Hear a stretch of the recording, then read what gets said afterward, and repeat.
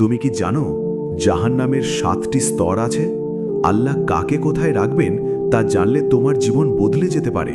প্রথম স্তর জাহান্নাম। এখানে থাকবে সাধারণ কাফের এবং যারা আল্লাহকে অস্বীকার করেছে। এখানে আছে তীব্র অগ্নি ও যন্ত্রণা। নবী করিম সাল্লাল্লাহু আলাইহি ওয়াসাল্লাম বলেছেন, জাহান্নামের আগুনের সবচেয়ে বেশি ধ্বংসকারী হল আল্লাহর অসৎ অবিশ্বাসীরা। দ্বিতীয় স্তর লাজা। এখানে থাকবে যারা ঈর্ষা এবং অহংকারে ভরা বড় পাপী। এখানে আগুন সবচেয়ে জ্বলন্ত। নবী করিম সাল্লাল্লাহু আলাইহি ওয়াসাল্লাম বলেছেন, যারা আল্লাহর রসুলকে অবজ্ঞা করে এবং পাপের দিকে চলেছে তারা লাজার আগুনে পড়বে। তৃতীয় স্তর হুতমা। যারা ধনী, অহংকারী এবং ধন সম্পদ অন্যায় ব্যয় করেছে তারা এখানে থাকবে। হুতমা মানে ধ্বংসকারী আগুন।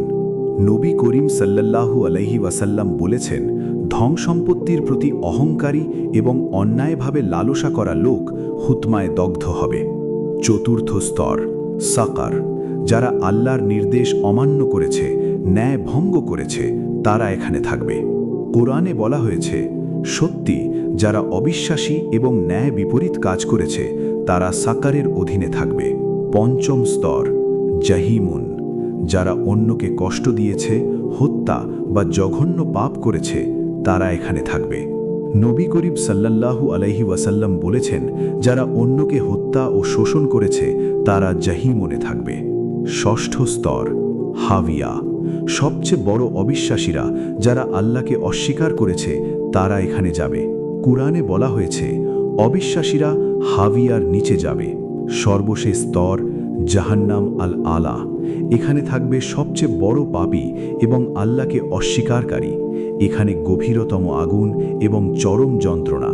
নবী করিম সাল্লাল্লাহু আলাইহি ওয়াসাল্লাম বলেছেন, সবচেয়ে কুখ্যাত ও গর্হিত পাপীরা আল্লাহর নিকট সর্বাধিক কষ্ট ভোগ করবে। এই 7 স্তরের শিক্ষা আমাদের বলে দেয়, পাপ ও অবিশ্বাসের ফল ভয়ঙ্কর। আল্লাহর আজ্ঞা মেনে চলা, তওবা করা এবং সত্যের পথে চলা একমাত্র নিরাপদ পথ।